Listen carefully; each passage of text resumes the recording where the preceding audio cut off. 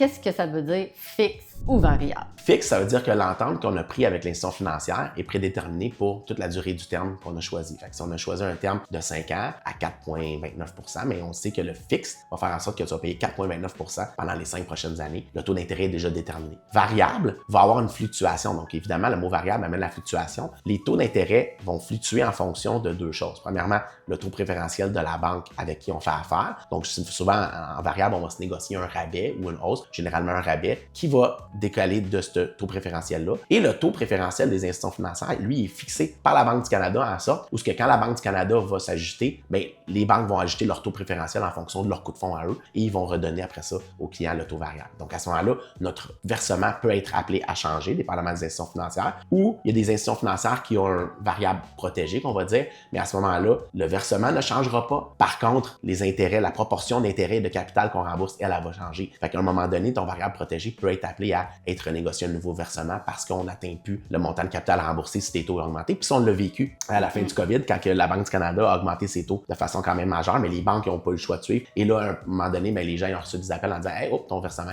il couvre plus, il faudrait changer. »